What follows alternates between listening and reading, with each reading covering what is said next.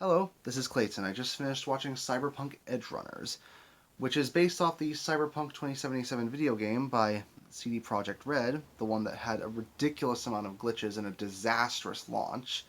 But thankfully, this anime happens to take a lot more.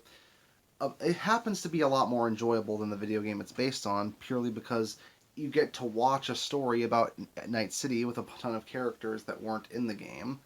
And Studio Trigger gets to have their typical chaotic fun with a very interesting cyberpunk setting that obviously took inspiration from a lot of different anime like Ghost in the Shell. But let's get to the story, shall we? The story revolves around a kid named David Martinez, played by Zach Aguilar, who is attending Arasaka Academy. He doesn't really get along with the other kids there, mainly because he's poor and his mom has to work a ton of shifts in order to basically make ends meet and to make sure that David can get a job as an Arasaka executive at some point. But when a brutal car accident happens, which takes the life of David's mother, David realizes that he's got nothing to lose, so he decides to put in cybernetic implants into himself that allows him to live with a bunch of cyberpunks in order to make his own way in Night City without becoming a corpo.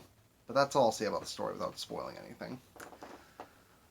The story here actually does happen to feel like it's right within the MO of Cyberpunk, featuring a bunch of outcasts who can't exactly achieve much in the corpo lifestyle, so they decide to become criminals to take out other criminal empires, to build a sense of camaraderie with each other, and to make their own way in a city where nothing is fair. And thankfully, unlike Cyberpunk 2077, the video game, there's no glitches or bugs with the animation here. Studio Trigger just gets to have a lot of fun with a lot of the visual feeds of the CD Projekt Red's game, to the point where the text menus and the calls and a lot of the environments look very similar to the Night City that was created for the video game in 2020, just done with a little bit more of a Trigger flair. There's a lot more smoother lines and a lot more simplified character designs to allow for fluid action. There's a lot of explosions, violence, and nudity, both for the men and the women in the cast. And the characters here are definitely a lot different than V, Johnny Silverhand, and the rest of the crew of the game. But David and Lucy in particular, get to be a really fun couple, and they manage to really get me invested in their love story. And the other characters like Maine, the big guy with a cannon hand, Rebecca, who reminds me of a mini Harley Quinn with a shotgun, and Kiwi, the Lucy's mentor, who has a mask and usually nothing else on most of the time. They are all interesting characters that I feel really get fleshed out decently enough for a 10-episode series. To say nothing of the antagonist Faraday, played by Giancarlo Esposito, who manages to be just as fun and just as intimidating as most antagonists played by Giancarlo Esposito. Heck, even Adam Smasher, who was a pushover of a final boss in the video game, gets to be a legitimate badass in this series. Now you actually see why he earned the reputation he has as a full cyborg killer who will stop at absolutely nothing to get his jobs done.